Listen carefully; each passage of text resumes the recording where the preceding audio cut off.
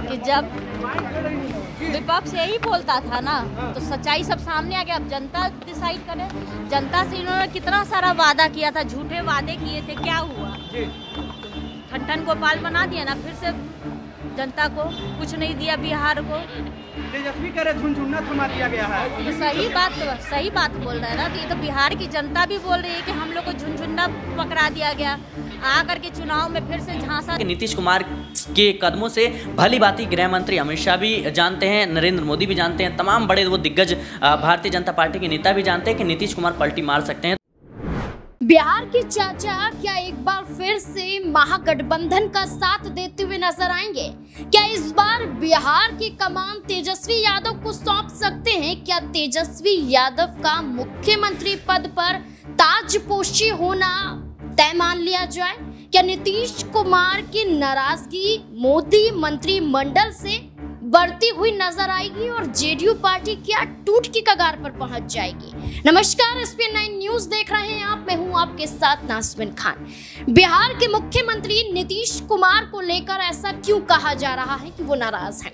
दरअसल मोदी मंत्रिमंडल 3.0 का विस्तार होता हुआ नजर आए, मंत्रालय बांटे गए और बिहार की बात करें तो बिहार में कुल मिलाकर 8 सांसदों को मंत्री पद से नवाजा गया। जब मंत्रालय बांटने की बात आई, विभागों के बंटवारों की बात आई, तो जेडीयू पार्टी के 2 सांसदों को मंत्री बनाने के साथ साथ मंत्रालय दिए गए। लेकिन नाराजगी ये नीतीश कुमार की पार्टी के तहत और नीतीश कुमार की नजर आई कि आप खुद ही कह रहे थे कि 4 सांसदों पर आप एक मंत्रालय देंगे। नीतीश कुमार की पार्टी बिहार में 12 सीटें जीतती हुई नजर आई। यहाँ पर आंकड़ा सही था, ज्यादा था, ऐसे में 2 नहीं 2 से ज्यादा यहाँ पर मंत्री बनने चाहिए थे उनके पार्टी से। लेकिन नीतीश कुमार के साथ खिलवाड़ भारतीय जनता पार्टी करती हुई नजर आई, क्योंकि बिहार में 4 मंत्री पद भारतीय जनता पार्टी ने अपने पाले में से दे दिए। अब ऐसे में सवाल ये उठ रहे हैं कि नीतीश कुमार ने ये मांग तो की थी, साथ ही साथ नीतीश कुमार की मांग थी बिहार को विशेष राज्य का दर्जा दिलाने की, साथ ही साथ मांग थी कि रेल मंत्रालय दिया जाए, गृह विभाग दिया जाए, बड़े बड़े विभाग दिए जाए। लेकिन नीतीश कुमार के हाथ में थमा दिया जाता है झुनझुना, जैसा कि बिहार के नेता प्रतिपक्ष की भूमिका निभा रहे तेजस्वी यादव ने कहा। अब तेजस्वी यादव ही नहीं बल्कि तेजस्वी यादव की बहन रोहिणी आचार्य, जो सारण से लोकसभा का चुनाव लड़ती हुई नजर आई थी लेकिन जीत हासिल नहीं कर पाई, लेकिन सिंगापुर पहुंचने से पहले वो नीतीश कुमार पर बड़ी बातें कहते हुए दिखाई दी। तेजस्वी यादव और रोहिणी आचार्य क्या कुछ कहते हुए नजर आ रहे हैं, देखिए जरा। लैंड किए हैं और जिस हिसाब से विभागों का जो बंटवारा हुआ, हालांकि तो प्रधानमंत्री का है, क्योंकि किसको क्या विभाग देते हैं, काम किसी भी विभाग में होना चाहिए। लेकिन जो बिहार की वजह से आप प्रधानमंत्री बने और मंत्रालय जब बिहार के लोगों को दिया गया, तो कहीं ना कहीं से झुनझुना जो है, वही तो हम बोले कि अब रूडी जी बताएंगे ना। हाँ, तो गोलियां चलती रहेंगी, तो रूडी जी से जवाब मांगिए। मंत्रिमंडल का विस्तार हो गया रोहिणी जी, लेकिन बिहार को कुछ नहीं मिला है, इस पे क्या कहिएगा? देख लीजिए, हाँ, सामने आ गया ना। यही ना विपक्ष बोलता था कि जब विपक्ष यही बोलता था ना, तो सच्चाई सब सामने आ गया। अब जनता डिसाइड करे। जनता से इन्होंने कितना सारा वादा किया था, झूठे वादे किए थे, क्या हुआ? ठन गोपाल बना दिया ना, फिर से जनता को कुछ नहीं दिया बिहार को। तेजस्वी करे झुनझुना थमा दिया गया है। तो सही बात बोल रहे हैं ना, तो ये तो बिहार की जनता भी बोल रही है कि हम लोग को झुनझुना पकड़ा दिया गया। आकर के चुनाव में फिर से झांसा दे करके गए थे, फिर से वही झांसाबाजी, जुमलाबाजी हो गया। नीतीश कुमार को फिर से अपने पास लाइएगा क्या आप लोग अपने साथ? हम क्यों लेकर के आएंगे? वो बड़े हैं, उनसे आशीर्वाद हम लोग ले रहे हैं। अब चाचा जी आएंगे, कब आएंगे आशीर्वाद देने? अब चाचा जी से जाके पूछिए। हम लोग तो बाल बच्चे हैं, उनके आशीर्वाद मांग रहे हैं। आज भी आंध्र प्रदेश जाना था नीतीश जी को, चंद्रबाबू नायडू को तबीयत खराब होगा, उनका तबीयत खराब होगा, तो आराम करने दीजिए। सिंगापुर जा रही हैं आप? जा रहे अपने बच्चे लोग से मिलने के लिए, फिर 10 दिन के बाद आ रहे अपने सारण की जनता से, अपने जितने भी कार्यकर्ता हैं, जितने भी हमें जो वोट देने का जो काम किया है, सबका धन्यवाद करने, उनके बीच में रह करके, ये रोहिणी आचार्य उनकी बेटी है, उनके बीच में रह के काम करने के लिए 15 दिन के बाद आ रही है सारा। जैसा कि आपने देखा यहाँ पर तेजस्वी यादव ने कहा झुंझुना हाथ में थमा दिया गया, तो वहीं रोहिणी आचार्य कहती है कि हम कहां से नीतीश कुमार को लाएंगे, बल्कि नीतीश कुमार तो हमारे चाचा हैं, वो तो हमें आशीर्वाद देने खुद आएंगे। तब ऐसे में सवाल बनते हैं कि विधानसभा चुनाव से पहले नीतीश कुमार की एंट्री महागठबंधन की तरफ होती हुई नजर आएगी। तमाम सवाल हैं। मेरे सहयोगी सिराज मेरे साथ मौजूद हैं। सिराज, आपका बहुत बहुत स्वागत है। सिराज, जैसा कि अभी तक हमने यहाँ पर देखा, नीतीश कुमार की नाराजगी और नीतीश कुमार की पार्टी में बड़ी फूट पड़ती हुई नजर आ रही है। अब ऐसे में ये बयान क्या ये दर्शा रहे हैं कि नीतीश कुमार की नाराजगी अब गठबंधन तोड़ने की कगार पर पहुंच जाएगी? क्या एनडीए से अलग हटते हुए नीतीश कुमार नजर आएंगे? क्योंकि कहा विपक्षी पार्टियों की तरफ से जा रहा था कि खेल होगा, चंद्रबाबू नायडू और नीतीश कुमार इंडिया अलायंस की तरफ बढ़ सकते हैं, लेकिन चंद्रबाबू नायडू तो आंध्र प्रदेश के सीएम पद की शपथ ले लेते हैं, लेकिन नीतीश कुमार ना तो शपथ ग्रहण में जाते हैं और ना ही खुश नजर आते हैं। क्या लगता है नीतीश कुमार को लेकर?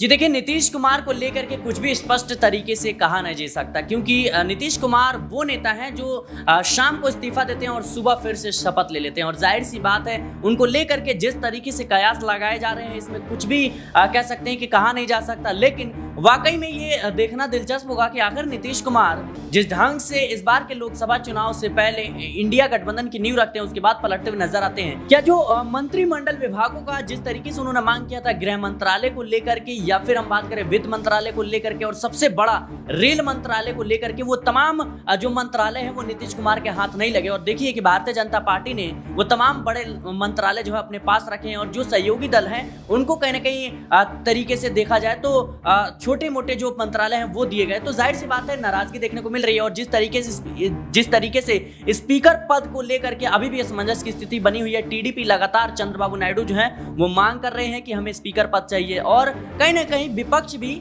लगातार पुरजोर कोशिश में है कि स्पीकर पद जो है वो टीडीपी की हो, क्योंकि अगर भारतीय जनता पार्टी का स्पीकर होता है तो जाहिर सी बात है अब मुश्किलें जो है विपक्ष के लिए खड़ी होती हुई नजर आएंगी। और जिस तरीके से तमाम तरह की बातें जो खुलकर सामने आ रही हैं कि विपक्ष इस बात का दावा कर रहा है कि अगर स्पीकर पद जो है वो कहीं ना कहीं भारतीय जनता पार्टी का होता है तो भारतीय जनता पार्टी 240 से 272 का आंकड़ा पार करने में ज्यादा समय लगाएगी नहीं। और देखा जाए तो भारतीय जनता पार्टी की जो राजनीतिक सफर रही है उसमें कई सवाल उठते रहते हैं। लेकिन बात करें अगर नीतीश कुमार को लेकर के, तो नीतीश कुमार जो है राज्य के मुख्यमंत्री के तौर पर 9 बार शपथ ले चुके हैं। और जाहिर सी बात है, उनको लेकर के जिस तरीके से धारणाएं बनाई गई हैं, और इस तरीके की बात कहना जब शपथ ग्रहण हो चुका हो, सारे जो मंत्री हैं वो अपने कार्यभार संभाल रहे हो, और ऐसे में मुझे लगता है ये कहीं ना कहीं सोच का विषय है। और जाहिर सी बात है, आप देखिए कि कांग्रेस के सीटों में लगातार इजाफा हो रहा है। अब देखिए कि उन्होंने 99 सीटें जीती थी, अब 102 पर पहुंच गए हैं। तमाम जो कहीं ना कहीं निर्दलीय प्रत्याशी थे, जो इंडिपेंडेंस थे, वो कहीं ना कहीं उन्हें समर्थन दे रहे हैं। तो अगर समीकरण बैठता हुआ नजर आता है, और नीतीश कुमार को लेकर के ये दावा कर चुके हैं जो जेडीयू के तमाम बड़े नेता हैं कि नीतीश कुमार को पीएम पद का ऑफर मिल रहा था,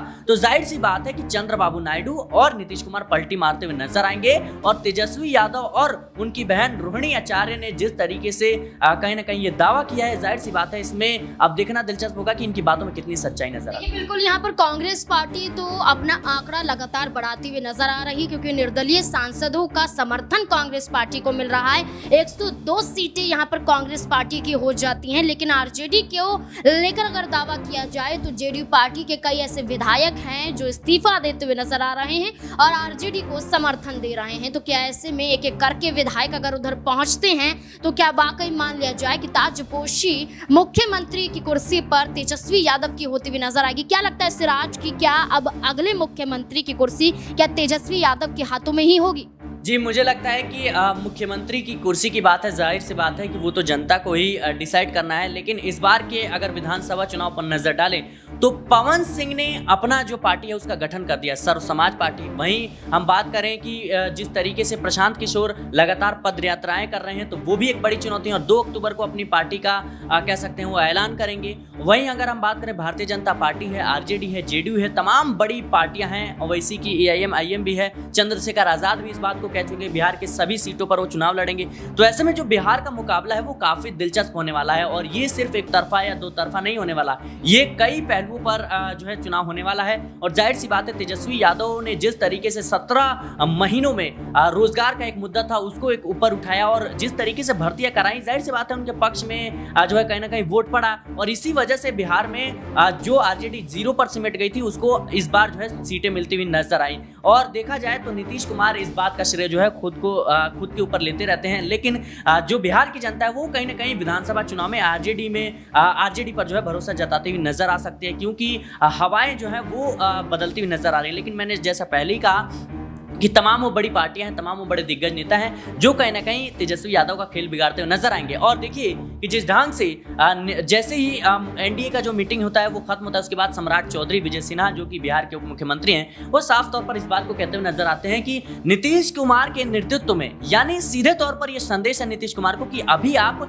केंद्र में हमारी सरकार बनाइए, राज्य में हम आपकी सरकार बनाते हुए नजर आएंगे। और नीतीश कुमार के नेतृत्व में 2025 का विधानसभा चुनाव भारतीय जनता पार्टी लड़ती हुई नजर आएगी और जाहिर सी बात है इसका सीधा मतलब है कि नीतीश कुमार मुख्यमंत्री होंगे, भारतीय जनता पार्टी जेडीयू के समर्थन में होगी। तो मुझे लगता है ये जो चीजें कहीं ना कहीं डर सिराज नजर नहीं आता है कि सम्राट चौधरी जो बिहार के उप मुख्यमंत्री कहते हैं नीतीश कुमार के नेतृत्व में चुनाव लड़ेंगे, क्योंकि उन्हें मालूम था कि नीतीश कुमार ने साथ दिया, अगर हमने साथ नहीं दिया तो नीतीश कुमार खुद एनडीए का खेल बिहार में बिगाड़ सकते हैं। तो डर नजर आ रहा है और ऐसे में नीतीश कुमार पर क्या भरोसा जताएं कि वो उन्हें मुख्यमंत्री की कुर्सी ही देने वाले हो सकता है कि सम्राट चौधरी को मुख्यमंत्री बनाने के लिए आगे कर रहे हो। इस बार की जो परिस्थितियां बनी हैं, अब भारतीय जनता पार्टी ने खुद के दम पर जो है वो बहुमत का आंकड़ा पार नहीं किया है। अगर जरा सी जो है स्थिति गड़बड़ होती है तो जाहिर सी बात है नीतीश कुमार सीधा पलटी मारते हुए नजर आएंगे। अगर नीतीश कुमार पलटी मारते हुए नजर आते हैं तो देखिए कि अजीत पवार भी नाराज चल रहे हैं, एकनाथ शिंदे भी नाराज चल रहे हैं और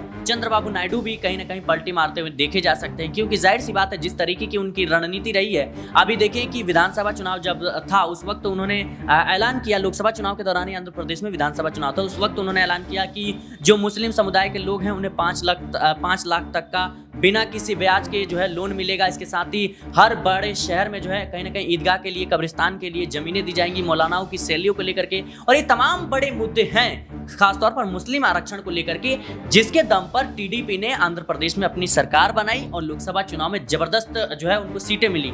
लेकिन उसके विपरीत आप देखें तो भारतीय जनता पार्टी की राजनीति रही है। भारतीय जनता पार्टी खुले तौर पर मुस्लिम आरक्षण और तमाम पहलुओं का जो है वो विरोध करते हुए नजर आती है। खुद प्रधानमंत्री नरेंद्र मोदी इस बात को जो है चुनावी सभाओं के दौरान कहते हुए नजर आते हैं कि जो कांग्रेस पार्टी है वो आपका धन जो है वो कहीं ना कहीं मुस्लिमों को दे देगी, घुसपैठियों को दे देगी और जिनके 6 बच्चे हैं उनको दे देगी। तो मुझे लगता है ये मुद्दा जो है वो काफी ज्यादा कह सकते हैं कि विपरीत नजर आता है। एक तरफ आप देखिए कि चंद्रबाबू नायडू जो मुस्लिमों की राजनीति करते हैं उनके साथ गठबंधन करना पड़ रहा है और दूसरी तरफ देखें तो नीतीश कुमार को अभी जनसभाओं के दौरान उनको कमल का जो निशान है वो पकड़ाया गया था। लेकिन अब देखिए नीतीश कुमार का जिस तरीके से भारतीय जनता पार्टी में वो कद बढ़ा है और नीतीश कुमार को लेकर के जिस तरीके से पूरे के पूरे एनडीए खेमे में तमाम वो बड़े दिग्गज नेता है वो कहीं ना कहीं सीरियस नजर आ रहे हैं और उसको जो है उनको तवज्जो देते हुए नजर आने से जाहिर सी बात है कि नीतीश कुमार के कदमों से भली भांति गृह मंत्री अमित शाह भी जानते हैं, नरेंद्र मोदी भी जानते हैं, तमाम बड़े वो दिग्गज भारतीय जनता पार्टी के नेता भी जानते हैं कि नीतीश कुमार पलटी मार सकते हैं। तो इस बार का जो समीकरण है वो इतना आसान नहीं है भारतीय जनता पार्टी के लिए और कई मौकों पर आप देखिए कि समझौता करना पड़ रहा है। अब यूसीसी को लेकर सबसे पहले नीतीश कुमार ने मुद्दा उठाया, उसके बाद से जिस कह सकते हैं कि अग्निवीर योजना को लेकर के भारतीय जनता पार्टी मुखरता से अपनी बातों को रखते हुए नजर आई थी और इस बात को संदेश देने का कोशिश किया गया था कि कहीं ना कहीं रोजगार में वृद्धि हुई है। अब उसी अग्निवीर योजना का विरोध जो है वो नीतीश कुमार करते हुए नजर आ रहे हैं और यूसीसी को लेकर जिस तरीके से विवाद जो है भारतीय जनता पार्टी के खेमे में देखने को मिलता है, अब उसी पर कहीं ना कहीं नीतीश कुमार सवाल उठा रहे हैं। तो जाहिर सी बात है कई मौकों पर अब भारतीय जनता पार्टी को समझौता करना पड़ सकता है। साल 2019 के चुनाव के सरकार की बात करें तो उसके मुकाबले ये सरकार जो है बेहद कमजोर नजर आती है। बिल्कुल भारतीय जनता पार्टी उत्तर प्रदेश के बाद बिहार में भी कमजोर होती हुई नजर आ रही है और ऐसे में नीतीश कुमार बड़ी भूमिका निभा रहे हैं कि अगर वो बीजेपी से अलग हटे तो बीजेपी का वजूद तो बिहार में खत्म होता हुआ नजर आएगा। अब देखना होगा कि नीतीश कुमार को लेकर बड़े बड़े दावे किए जा रहे हैं, नीतीश कुमार क्या फैसला लेते हैं। आपकी क्या राय है, क्या नीतीश कुमार फिर से पाला पलटते हुए नजर आएंगे? क्या है आपकी राय, कमेंट सेक्शन में जरूर बताएं। देखते हैं SP9 न्यूज़। धन्यवाद।